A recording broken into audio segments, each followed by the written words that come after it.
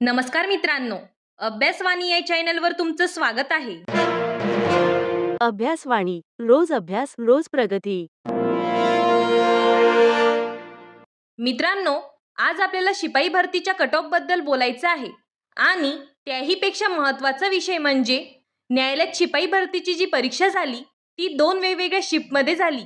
Shift 1 आणि shift 2, त्यालाच batch 1 आणि बॅच 2 असं पण म्हटलं गेलं आहे. तर बघा मित्रांनो, विद्यार्थ्यांच्या मनात हा प्रश्न आता खूप मोठ्या प्रमाणात उपस्थित झालेला आहे की या दोन्ही शिफ्टचा कट ऑफ वेगवेगळा लागणार का?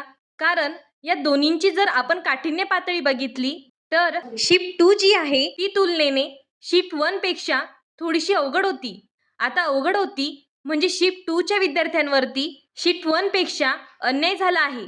आता आवाज उठवणार कुठे? तर बघा, त्यासाठी कोणालाही कॉल किंवा मेसेज करून उपयोग होईल का? तर नाही. त्यासाठी आपल्याला काय करावं लागेल मित्रांनो, माननीय न्यायालयाचेच हे लक्षात आणून देणं गरजेचं आहे.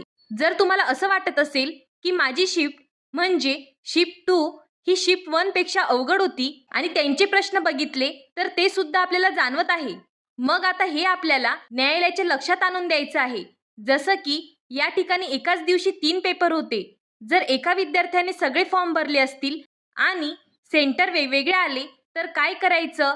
मग त्याचं सोल्युशन काढण्यासाठी आपण या मेल आय डीवर त्यांना मेल पाठवले.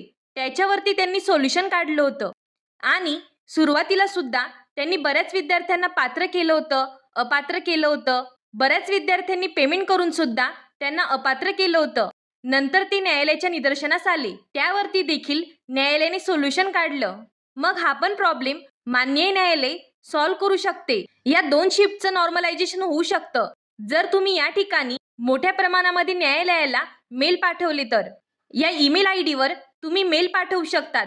त्यात तुमचं नाव, रजिस्ट्रेशन आय डी, तुमच्या पोस्टचे नाव, तसेच तुमची शिफ्ट कोणती होती ते पण सांगायचे आहे आणि जी काही तुमची शंका आहे ती त्यात ॲड करून माननीय न्यायालयाला मेल करायचं आहे.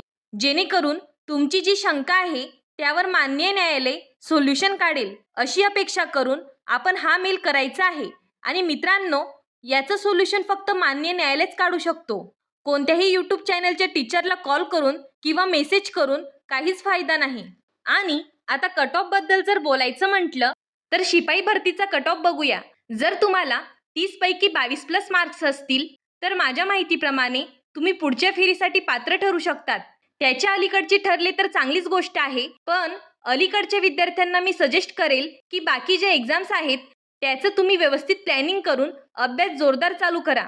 यात तुम्हाला कमी मार्क्स मिळाले तरी असं समजायचं हेच तुमचं मोटिवेशन आहे की या पेपरमध्ये जरी मला कमी मार्क्स मिळाले पण मी तलाठी भरती काढेल, महानगरपालिका, झेडपी, आरोग्य विभाग, अजून ज्या पण डिपार्टमेंटच्या येतील मी त्याचा जोरदार अभ्यास करेल.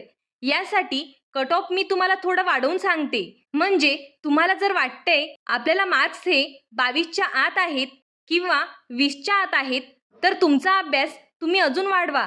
आणि 22 प्लस जरी असतील तरी पण तुमचं फायनल सिलेक्शन होतंच असं नाही. त्यानंतर अजून मुलाखत असते.